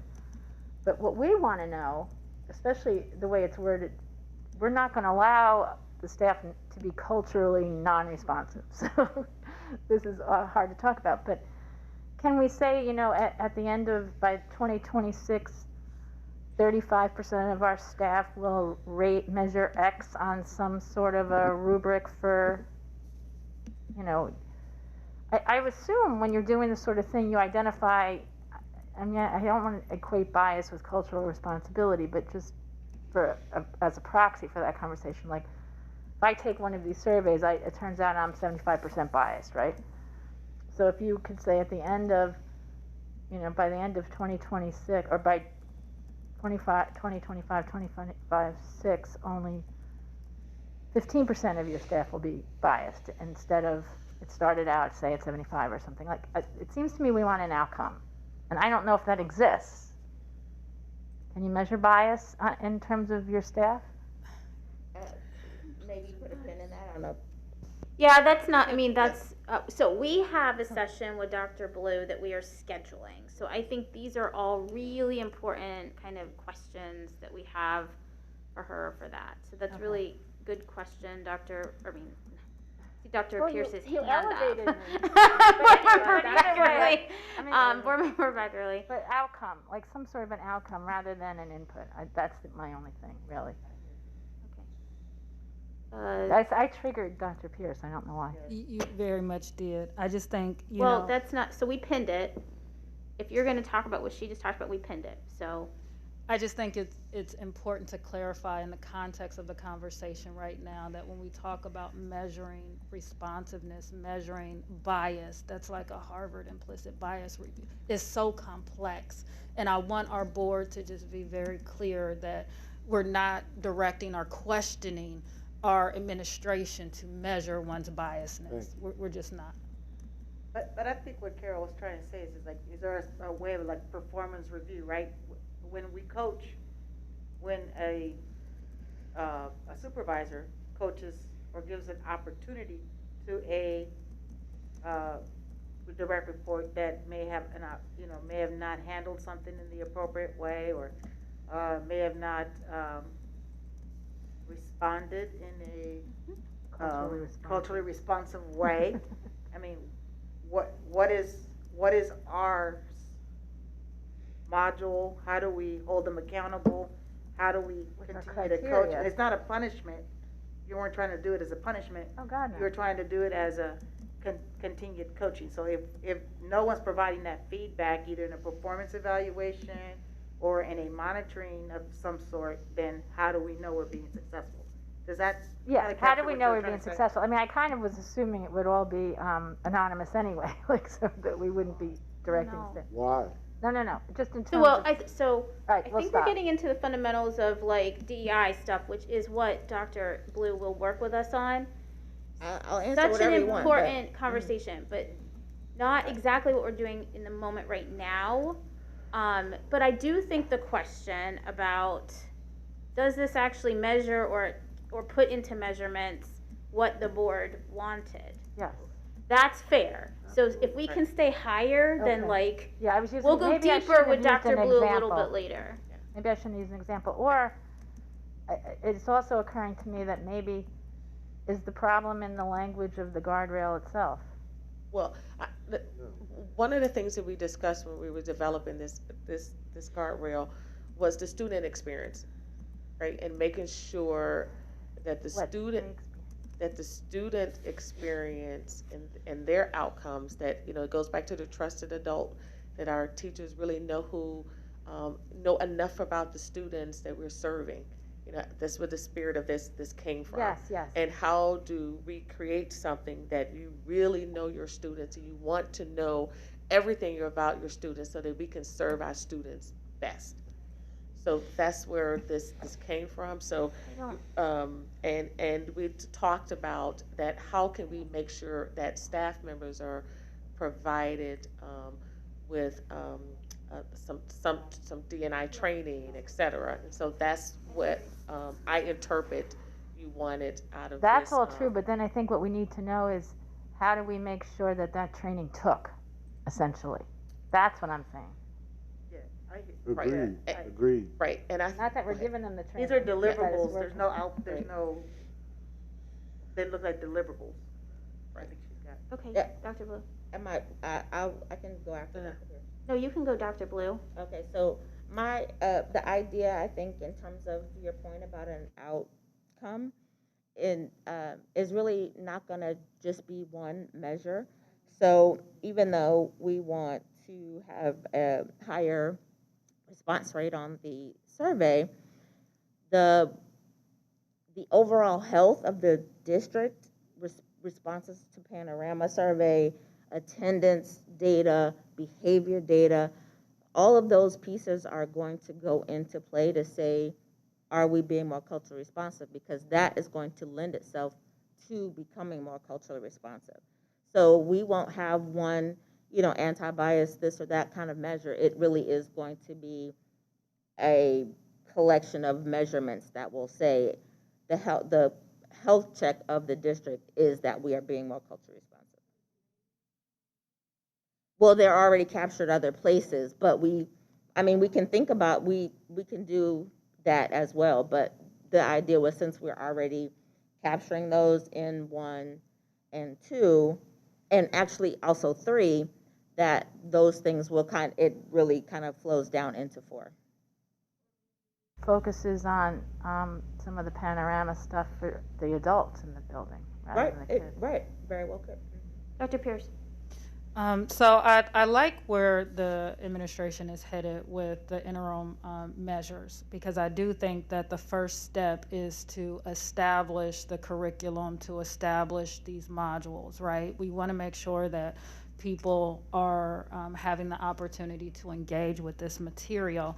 I would like to, I guess, when we move to part 2, I don't know if we can at this point say what we would like the language to look like, but I think when it comes to guardrail 4, maybe it's not that we're not allowing the staff to be culturally non-responsive, but we're empowering the staff to be culturally responsive. So we're spinning that language as a positive as opposed to a negative, right? So I think that would be a good language change if we were to put one there. And for step 2, then, it allows us to move to a space not so much where we're measuring these biasness or lack thereof of bias in individuals, but maybe it is we're measuring their understanding of a concept. We're measuring their understanding of cultural definitions. We're measuring their understanding of our student demographics, right? Their understanding of how our demographics change within the district or change within a particular region, right? The cultural communication dynamics that can occur when interacting with the different cultural communities in our group. So maybe that's a step 2, but I like where we're at for the step 1. So I think that your suggestion about changing the language violates the rules of how these are supposed to be written, because we struggled with that very deeply at the beginning about them sounding negative. I struggle with this, Dr. Blue, because this is what I do every day. I feel like personally these could be stronger. I didn't understand. Yeah, what you just said. About the not, she said to change the rule not allowed. Remember, we hated that at the beginning. AJ said that they all had to say superintendent will not be allowed to do something. Gotcha. Remember, we all hated it, but AJ said that's how it had to be, and we kind of gave in to that. So that's the structure of a guardrail. I think that in the conversation, so these are all so first of all, the interpretation of the superintendent is not what she said, was not what is reflected here, and not what I think the board said. So you said, we're looking at it under the lens of the student experience. That is not what this says. This is talking about your staff. Now, we know it impacts the students. Right. So again, this is like, Right. did we write it correctly is the question to the board. And then I think in the measurements, I think PD, first of all, assessment, PD, but to the points about how do we know it's sticking, you absolutely can do that. And it can be done in performance. It can be done through competencies that your staff are judged by. It could be a whole bunch of different ways. So I feel like we have like 3 PD things here. It's the same thing you're measuring in my kind of thing. So I feel like these could be just a little bit stronger, but I'm not supposed to really go that deep right now, but it's. Right, and I think what I was stating was it started from that conversation of getting to strengthening the outcomes and the relationships for students, and we knew it couldn't happen unless we started with our adults. So that's why we started with the professional development of our staff and wanting our staff to be more culturally responsive so that students would have better interactions with our adults. Okay. So Maybe I misunderstood you myself, but that's absolutely right. What you just said is absolutely right. And then, but by the way, cultural responsiveness is not just staff understanding our students, it's staff understanding staff, like themselves. Correct. That's true. And how that interaction works together. Right. So I'm sure that will be in the and I think we also recognize that as Dr. Blue and others stated, these are tough conversations, right? And it goes back to what Dr. Pierce said too, empowering staff, right? So we will create that culture where it is okay to talk about our differences, right? It is okay to honor our differences and find out about one another and do it in a safe and responsible way. And that's what we ultimately want to go, because we're saying we value that. That is something that we strongly value, to the point you're saying to the superintendent, you're not going to allow it not to happen for our organization. So, Well said. if we don't have these measures right, we can we can go back and strengthen those. But I think that's what we ultimately are saying. How do we create that type of culture that we are so responsive regardless of who comes to our district? And so that's what we're trying to do, so we can strengthen that if we've not met this as you had intended. And to your point about PD, you know, kind of like I said before, the other pieces in terms of performance, those are things that are going to be more addressed in Guardrail 3. And it also will mean other conversations that we have to have with some of our bargaining units, because we can't just change performance just because we want to do that. So there are other things that will have to also happen, which is why this primarily focuses on the things that we can currently control, but understanding that we're also going to have to work on other things in order to really get to this. Yeah, that's completely understood. I don't know though, so I know, AJ, because I got, and because we tried this before when we were, because Tina asked, Dr. Pierce said this when we were doing one of the practices, because she was trying to tie guardrails and other things together, and you said, no, we can't do that. They have to be separate. So is that okay what Dr. Blue is saying? Like so she's saying, no, really, board, we're measuring a ton more stuff in guardrail 4 in other guardrails. Is that okay? I was wondering if she's gonna tie that back. You have to tie it back in here, because you're not gonna present Right. the other three. You're gonna present this on its own, so I would assume that you would have to bring that data. Let's say you're asking 25 questions, and 4 questions are pertaining to this piece. I'm assuming you're gonna have to grab that data into here. I can't assume that I'm gonna remember when you guys did presentation 2 and 3. So I'm seeing that, I'm going back to what you're saying, that the student is missing in this guardrail. Is how do I know that if it's student led, and it's how do the students reacting? We're providing this No, staff it's not PD. that's not how it's written. Correct. That's what she Correct. said. That's what I'm saying. Right. Yeah. I'm wondering if it's missing. To your point. That wasn't what I was saying. I wasn't saying it's missing. I thought we agreed it was staff focused, but I think what Dr. Blue is saying, some of these other ones supplement how we know that staff is being culturally responsive. But what I'm saying is, like, when it actually works, when we get up to guardrail 3 or 4, whatever one we're on, 4, and we do the presentation, we are only supposed to talk about point 1, 2, and 3, 4.1, 2, and 3.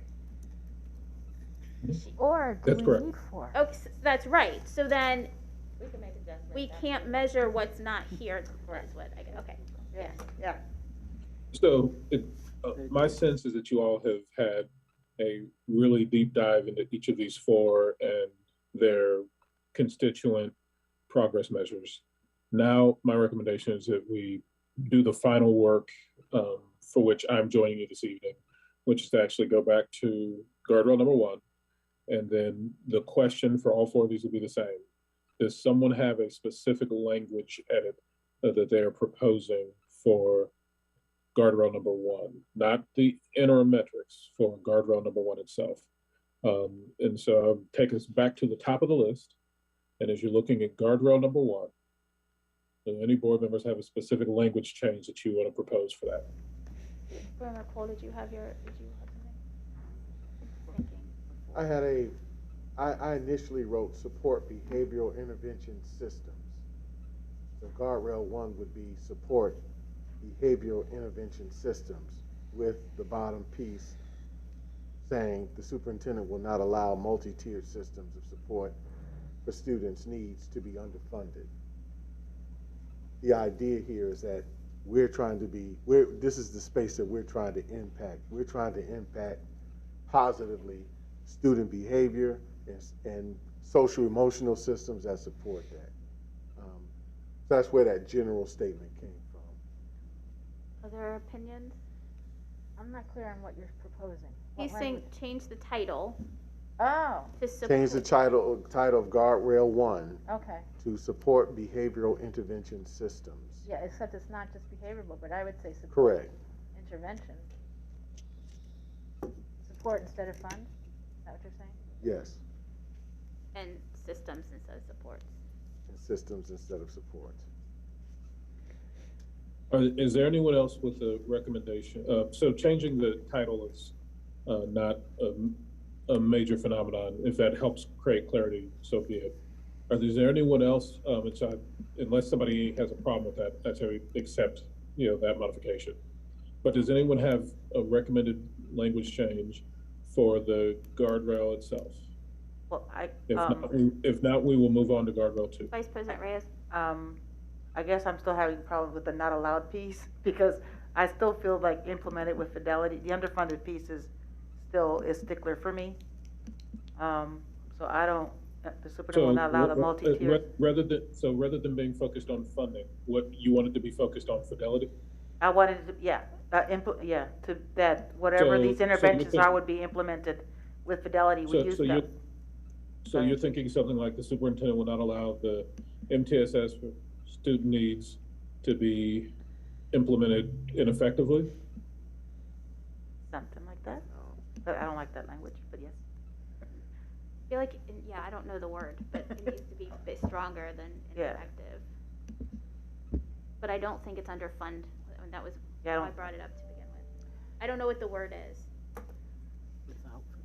Because Cole just changed the title to he took fund out. So support intervention systems is what we wrote. Dr. Who? What?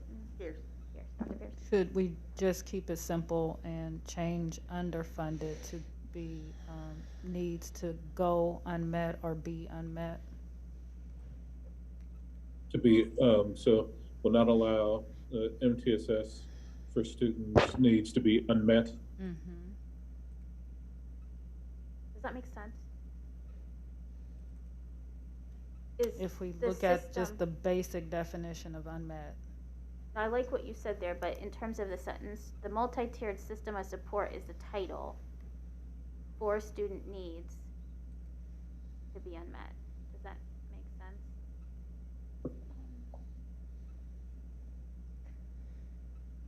Kira? It's almost like you're saying you don't want unutilized. That's not. It's the system. So But we're you're saying we're measuring the implementation of the system. So It's underfunding about prioritization. It's the spirit of funding about the prioritization of the multi-tiered system. Is it all about making sure that we prioritize, Needs to be under that we're in fidelity with it by making sure we prioritize it through the funding, yes? So you're saying under prioritized instead of underfunded? Yeah. that's better. we don't want the system to be, take out student needs for a second, because that's just, I think, added words in it. It's about this multi-tiered system of support. We don't want it to be, what'd you say? Underfunded or under prioritized. Or under resourced. I Under like resourced? that, under resourced. I like that. That's yeah. funding, that's staffing, that's. Yep.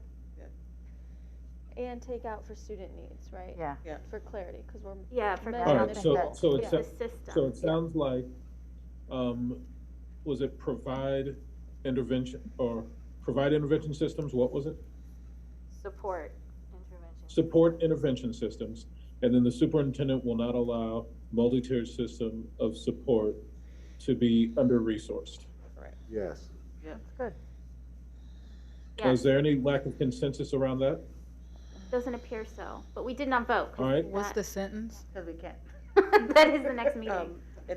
All right, then, I don't. Misty or someone, did you capture that? Oh, I did. That's what Misty. Okay. So the guardrail 1 will read support intervention systems. The superintendent would not allow the multi-tiered system of support, we've taken out for, to be under-resourced. Yes. Okay. All right. That takes us to guardrail 2. Is there anyone who has proposed language modifications for guardrail number 2? No, it seems like no. I'm good with it. Guardrail number 3. Wait, I have a guardrail number 2. I know Board Member Cole mentioned like putting some type of asterisk or something to really define what we meant by whole child. Is that, are we going back to that, or is that not? Well, it is defined, is what I was reminding everyone. We're just Okay, but using we're the not putting ODE. it in the document, is what we're saying. And again, the key thing that I definitely wanted to see in this is that there is a asterisk or some sort of indexed illustration of the delineation between tier 1 and tier 2. Because that was where the rub was for me, understanding the difference between the two. That tier 2 was really a resource focus on extraneous things that provide for the whole child, whereas tier 1 focused largely on the social climate, right? The climate of the school. But And that's defined in TFI, so the document that was sent to us. Okay, so motive B. I'm good with it. I'm cool. 2.3 gets you to second tier. Yeah. I'm cool with it. I'm clear. But to Board Member Vera's point, who's brand new to all of this, if we give this to the public, we should have footnotes about where the Absolutely. definitions, Yeah. sources, and glossaries Agreed. are. A glossary term. Yeah, Good some point. type of glossary at the end would make sense. So nothing on the wording though. All right, so that takes us to guardrail 3. Is there any specific recommendation for changes to the language of guardrail 3? Oh, you didn't want to change development to implement? No, that was in the, that wasn't in the guardrail, that was in the, Interim. Oh, the measure. It looks like no. thank you, Ramona. Okay, Listen to me. and number 4. Sometimes I Guardrail take number notes. 4. Any specific language changes to guardrail number 4? It looks like no. All right. Hold on. Oh, wait. Oh, time out. Again, I looked at the title aspect of it to help shape greater narrative around, or greater context for the superintendent will not allow staff to be culturally non-responsive. I wrote guardrail 4 as, okay, so that part, the portion here, the superintendent will not allow the staff to be, the superintendent will not, and I have to put my dog. Okay, put your Your glasses glasses on. All right, don't beat me in the head. Okay, so, the superintendent will not allow the staff, the superintendent will not allow cultural non-responsiveness to negatively impact the student experience and professional effectiveness. The reason that came to mind was because I see that there's, first of all, the need for, of course, our teachers to be culturally responsive, first and foremost. But I also see that as a reciprocity exchange.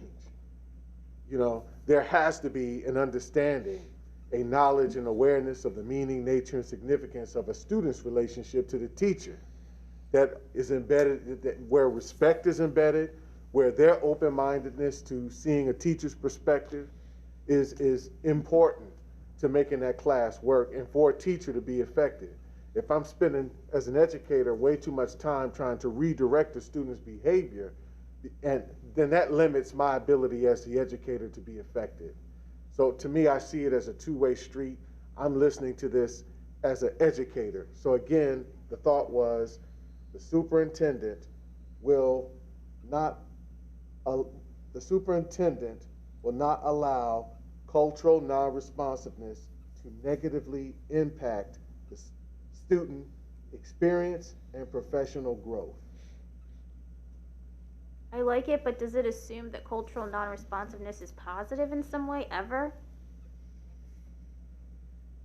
Say it again. The superintendent will not allow cultural non-responsiveness to negatively impact the student experience and professional growth. It makes an assumption that that it could be positive at some point, because you said, because non-responsiveness is always negative. All right, then take out the negative piece. But Okay, say it without. Double negative means a positive, if that's what you're looking the at. superintendent will not allow cultural non-responsiveness to impact student experience and professional growth. There, like it. That's what he said. And I would take, professional, I think, get you back to, can you just say growth without the professional? Because it's student growth Well- you're talking about, right? Well, no, it's student growth I'm talking, it's student experience that we're talking about, but it's also professional growth. We want this professional who's teaching, that certified professional who's teaching our Talking students. about the teacher's growth and the student's Absolutely. growth. I We don't want- want it to impact either of them. Either of them, So yes, you ma'am. mean, you don't mean student growth, you mean grown-up growth. Right, grown up, professional staff effectiveness, or, I couldn't think of a word as a filler, I like it. but I really wanted to make sure that we covered both sides of the student side as well as the certified adult instructor side. You brought the student back in. I'm trying to think how we're gonna. So I like how it, you but- would measure that. Dr. Blue, how does The- that sound? How, you measure it the way that they're doing it. Oh, absolutely. That's what a teacher evaluation is for. May I ask a question? Yes. Are we only focusing on classroom-based staff with that, if we reword it that way? I don't know, say it, no, Say but that we No. don't want to, it's any Classroom-based adult. what? Should be any adult. It should be any and every adult. So maybe it's adult professional effectiveness. I don't know, but Okay, we need to wordsmith that, but I like where you're going. We're not voting on it anyway, so we can wordsmith it and then bring it back for a vote when we do it. If we have consensus about the Correct. change. Yeah, so it sounds like you have consensus on a place to land with all four of these. Two of them without any changes, one of them with minor changes but substantive, and the last one with significant and also substantive changes. I recommend you put those on a future agenda. Consent agenda is fine. I think there's already consensus here, so consent makes sense. And move that forward so that your administration has clarity about what their next steps are. And then, now that we have the modifications here, that the board make its intention that we're not going to spend time over the next 12 months coming back to these and modifying, but that now the job is to focus on execution. Either the work is getting done or the work is not getting done. And monitoring will be the board's avenue for determining that. And so if that's understood, then that means a lot of our energy then shifts to focus on monitoring performance to make sure these things are actually happening. The goals and the guardrails are actually being experienced by our students. So with that, the part of this that I had intended, we are now at completion. Other questions about the next steps in this process, that these should be added to a future agenda, formally ratified, but then that will close the door on goals and guardrails modification for at least the next year while we spend time instead actually putting systems in place and executing on those systems. Any questions about those as next steps? Board Member Beckerly. Okay, so I understand clearly on the guardrail part of this next step that AJ just outlined. I'm a little confused because I think that some of the interims are in play, aren't they? Based on this conversation? And so we need to, I assume that the guardrails are fixed, we'll do the wordsmithing but then we're gonna have another meeting with the interim to decide whether they're reasonably calibrated to achieve the guardrail. Don't we still have to do that? So Based on. yes, I guess right now I'm being optimistic. So thank you for disrupting my optimism. I didn't actually hear a lot of pushback on interims that weren't also readily accepted by the administration. Okay, all right. And so I didn't hear well, no, we don't like this, and so friction. I heard board members say, hey, what about this? And administration said, actually, yeah, that makes sense. We'll move in that direction. So my guess is that you're going to wind up at a place of consensus. But okay, got it. to be fair, that may not be the case, in which case, yes, you're correct. You have to take a look at that. But I'm hopeful that what comes back to you all sometime in the next week or so is something that people look at as like, all right, you know, we're good to go. Now Put it on the let's shift consent out of agenda. creation mode and shift into system building and monitoring mode. Sorry.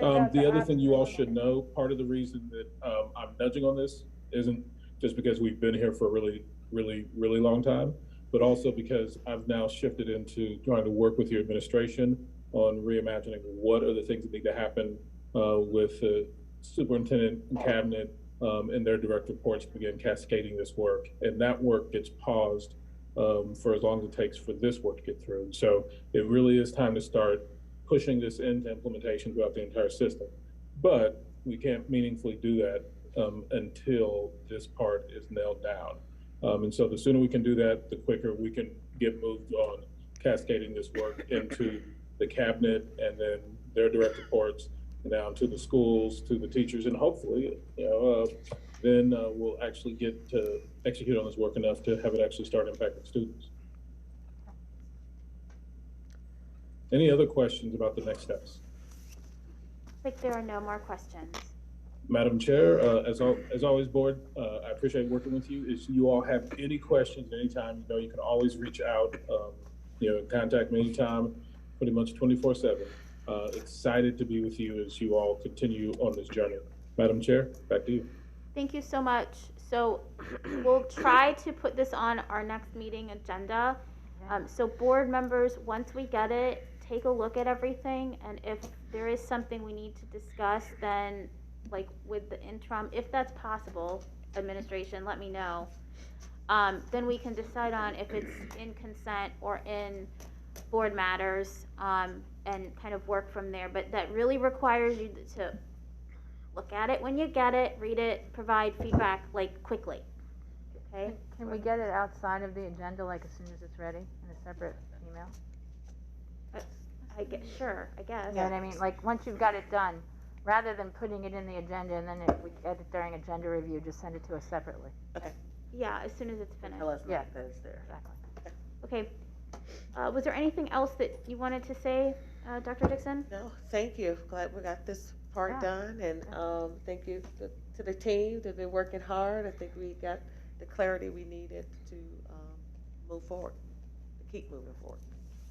Awesome, thank you. This is really hard work, and you know, I think every time we sit down with AJ, we learn something new, and we continue to learn and grow, and that's what we should do as a team. And so, again, I just echo thanks to the entire administrative team and the board members for this whole process. It really will change the way our district works, is governed, and ultimately our student outcomes. So, thank you for this. Just need a motion to adjourn. Motion to adjourn. Second. Thank you, we are adjourned. Thank you, everyone. It's a really good meeting.